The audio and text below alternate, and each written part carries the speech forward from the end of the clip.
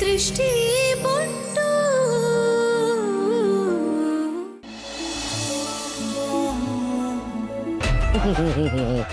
ಮಲ್ಲಿಗೆ ಹೂವುದು ವಾಸನೆಗೆ ಮರಳಾಗ್ದಿರೋ ಗಂಡಸೇ ಇಲ್ಲ. ಕೊನೆಗೂ ನಮ್ಮ ದತ್ತಾಬಾಯಿ ಈ ವಾಸನೆಗೆ ಮರಳಾಗೇ ಬಿಟ್ರು. ದತ್ತಾಬಾಯಿ ಹೂವ ಮಲ್ಲಿಗೆ ಹೂವ ಹೂವ ಬೆಡ್ ಮೇಲ್ ಹಾಕ್ಲಾ. ಬೆಡ್ ಮೇಲೆ ಯಾಕೋ ಆಗ್ತೀಯಾ? ಏನ್ ಬೈ ನಿಮಗೆ ಗೊತ್ತಿಲ್ದಿರದ ಎಷ್ಟು ಸಿನಿಮಾಲ್ಲಿ ನೋಡಿಲ್ಲ ನಾನು. ಏನ್ ನೋಡಿದ್ಯಾ?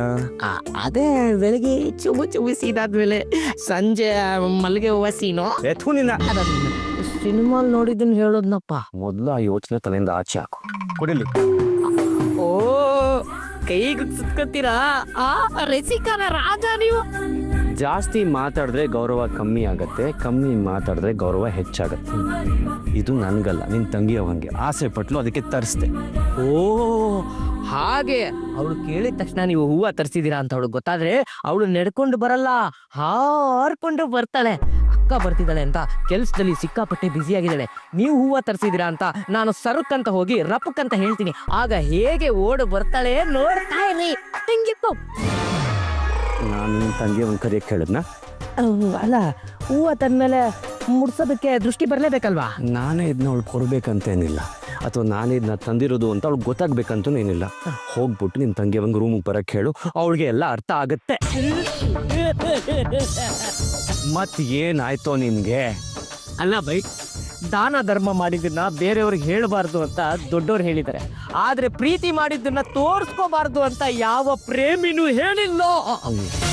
ನಿಮ್ಗೂ ನಿನ್ ತಂಗಿಯವಂಗೂ ಓವರ್ ಆಕ್ಟಿಂಗ್ ಮಾಡೋದು ಬಿಟ್ಟು ಬರೀ ಏನು ಬರಲ್ಲ ಅನ್ಸತ್ತೆ. ಮೊದ್ಲು ಹೋಗಿ ನಿನ್ ತಂಗಿಯವಂಗೆ ರೂಮಿಗೆ ಬರಕ್ ಹೇಳು. ಅದನ್ನ ಬಿಟ್ಟು ಒಂದು ಮಾತು ಹೆಚ್ಚಿಗೆ ಆಡಿದ್ರೆ ಅರ್ಥವಾಯಿತು ಬಿಡಿ. ಕೊಡಿಲಿ, ಹೋಗ್ಲಿಂದ. ನಿಮ್ಮ ಫೀಲಿಂಗ್ಸ್ನ ನಿಮ್ಮ ರೀತಿಲೇ ಎಕ್ಸ್ಪ್ರೆಸ್ ಮಾಡ್ಕೋ.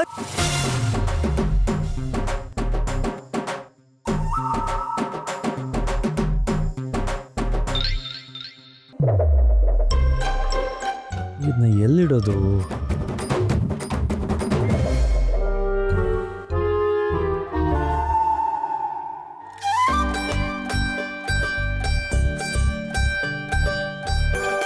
ಬೇಡ ಬೇಡ ಬೇಡ, ಇಲ್ಲಿಟ್ರೆ ಸೈಲೆಂಟ್ ಹೇಳ್ದಂಗೆ ಆಗ್ಬಿಡುತ್ತೆ. ಹಾ,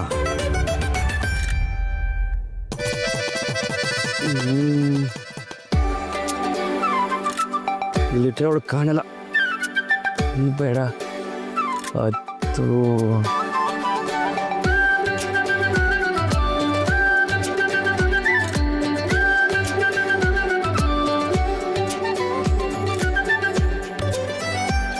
ಬೇಡ, ಯಾರಾದ್ರೂ ನೋಡಿದ್ರೆ ಚೆನ್ನಾಗಿರಲ್ಲ.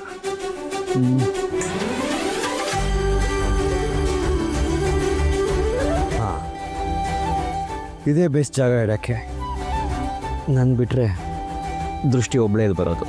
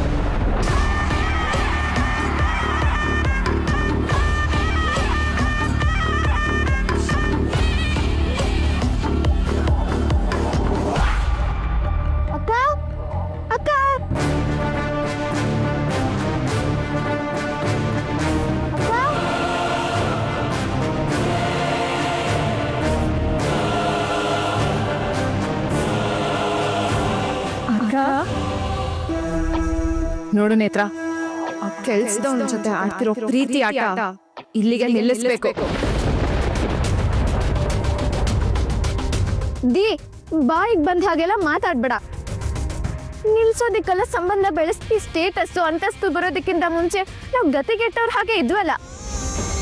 ಆಗಿಂದನು ಬಜ್ರಂಗಿ ನಮ್ಮ ಜೊತೆಗೆ ನಿಂತಿದ್ದಾನೆ, ಅದನ್ನ ಮರಿಬೇಡ ನೀನು.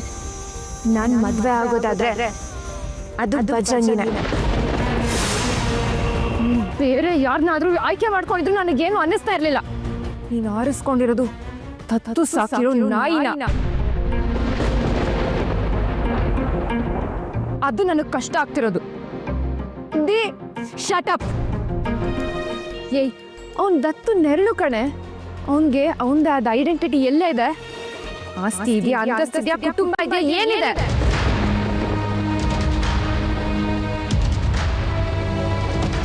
ಸರಿಯಾಗಿ ಕೇಳಿಸ್ಕೊ ನೇತ್ರ. ಪ್ರೀತಿ ನಿನ್ ಬುದ್ಧಿನ ಕುರುಡು ಮಾಡಿದೆ. ಆಸ್ತಿಗಿಂತ ನಿನಗೆ ಬಜರಂಗಿನೇ ಮುಖ್ಯ ಅನ್ನೋದಾದ್ರೆ ನಿನ್ ಹತ್ರ ಹಣ, ಅಂತಸ್ತು, ಆಸ್ತಿ ಏನು ಇರೋದಿಲ್ಲ. ಇದನ್ನೆಲ್ಲ ಬಿಟ್ಟು ನಿನಗೆ ಬದುಕಕ್ಕೂ ಆಗಲ್ಲ ಕಣೆ. ಪ್ರೀತಿ ನಿನ್ ಹೊಟ್ಟೆ ತುಂಬಿಸಲ್ಲ, ನಿನ್ ಬದುಕನ್ ಕಟ್ಕೊಡಲ್ಲ, ನಿನ್ ಲೈಫ್ನ ಸೆಟ್ಲು ಮಾಡಲ್ಲ.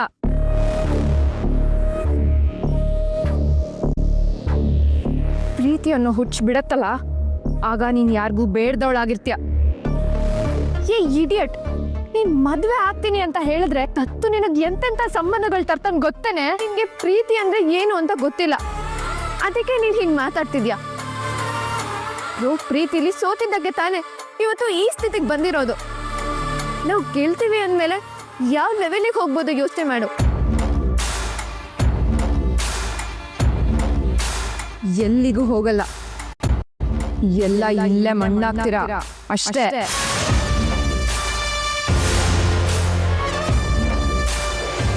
ನೋಡು, ನಾನು ಈ ಸಿಲ್ಲಿ ಸಂಬಂಧಕ್ಕೆ ಒಪ್ಪಿಗೆ ಕೊಡಲ್ಲ. ದತ್ತುಗೇನಾದ್ರೂ ಈ ವಿಷಯ ಗೊತ್ತಾದ್ರೆ ಬಜ್ರಂಗಿನ ಮನೆಯಿಂದ ಆಚೆ ಹಾಕ್ತಾನೆ. ತಲೆ ಕೆಟ್ಟರೆ ಅವನನ್ನ ಸುಟ್ಟು ಹಾಕ್ಬಿಡ್ತಾನೆ. ಇಲ್ಲ, ಹಾಗೇನಾಗಲ್ಲ. ಬ್ರೋನ ಹೇಗೆ ಒಪ್ಪಿಸ್ಬೇಕು ಅಂತ ನನಗೆ ಗೊತ್ತು. ನಾನು ಇಷ್ಟಪಡ್ತಿದ್ದೀನಿ ಅಂತ ಒಂದು ಮಾತು ಹೇಳಿದ್ರೆ ಬ್ರೋ ಬೇಡ ಅಂತ ಹೇಳಲ್ಲ. ನೇತ್ರ, ನೀನು ಆಲ್ರೆಡಿ ಕುರುಡ ಆಗಿದ್ಯಾ. ದೃಷ್ಟಿನ ಸ್ನೇಹಿತೆ ಸ್ನೇಹಿತೆ ಅಂತ ತಲೆ ಮೇಲೆ ಹೊತ್ಕೊಂಡು ಮೆರೆಸ್ದ. ಮೋಸ ಮಾಡಿದ್ಲು ಅಂತ ಗೊತ್ತಾದಾಗ ಏನ್ ಮಾಡ್ದ ಅವನು? ಅವಳನ್ನ ಮದ್ವೆ ಆಗಿ ಕಾಟ ಕೊಡ್ಲಿಲ್ವಾ? ಅವಳ ಜೀವನನ ನರ್ಕ ಮಾಡ್ಲಿಲ್ವಾ? ಅದೇ ರೀತಿ ಬಜ್ರಂಗಿಗೂ ಶಿಕ್ಷೆ ಕೊಡ್ತಾನೆ ತಾನೆ. ಯೋಚನೆ ಮಾಡು. ಮೊದಲು ಅವನ ಜೊತೆ ಬ್ರೇಕಪ್ ಮಾಡ್ಕೊ. ನಿನಗೆ ಅವನ್ ಸರಿಯಾದ ಜೋಡಿ ಅಲ್ಲ.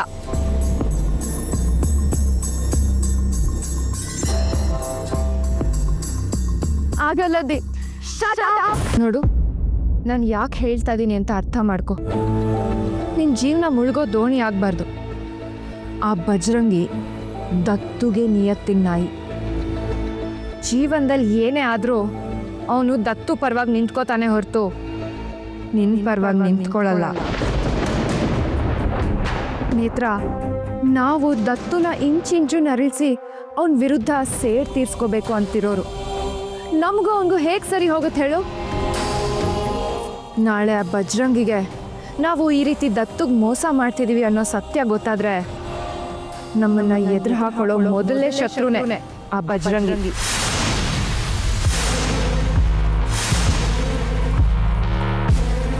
ನೀನು ಅಷ್ಟೇ.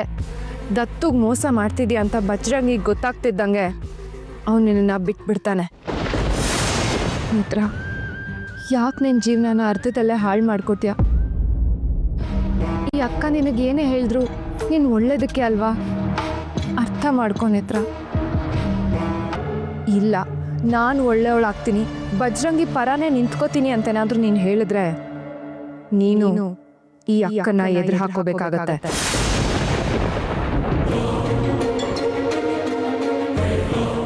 ನೋಡು, ಇಷ್ಟು ಹೇಳಿದ್ರು ಅವನನ್ನ ಬಿಡ್ತೀನಿ ಅಂತ ಒಂದು ಮಾತು ಹೇಳ್ತಿಲ್ಲ ನೀನು. ಇದು ನಿನಗೆ ಲಾಸ್ಟ್ ವಾರ್ನಿಂಗ್. ಇದನ್ನ ಇಲ್ಲಿಗೆ ನಿಲ್ಲಿಸ್ಲಿಲ್ಲ ಅಂದ್ರೆ ಇದ್ರ ಬಗ್ಗೆ ದತ್ತುಗೆ ನಾಳೆನೇ ಹೇಳ್ತೀನಿ. ಆಗ ದತ್ತು ಬಜರಂಗಿನ ಈ ಮನೆಯಿಂದ ಏನೋ ಬಳ್ಳಾರಿನೇ ಬಿಟ್ಟು ಓಡಿಸ್ತಾನೆ.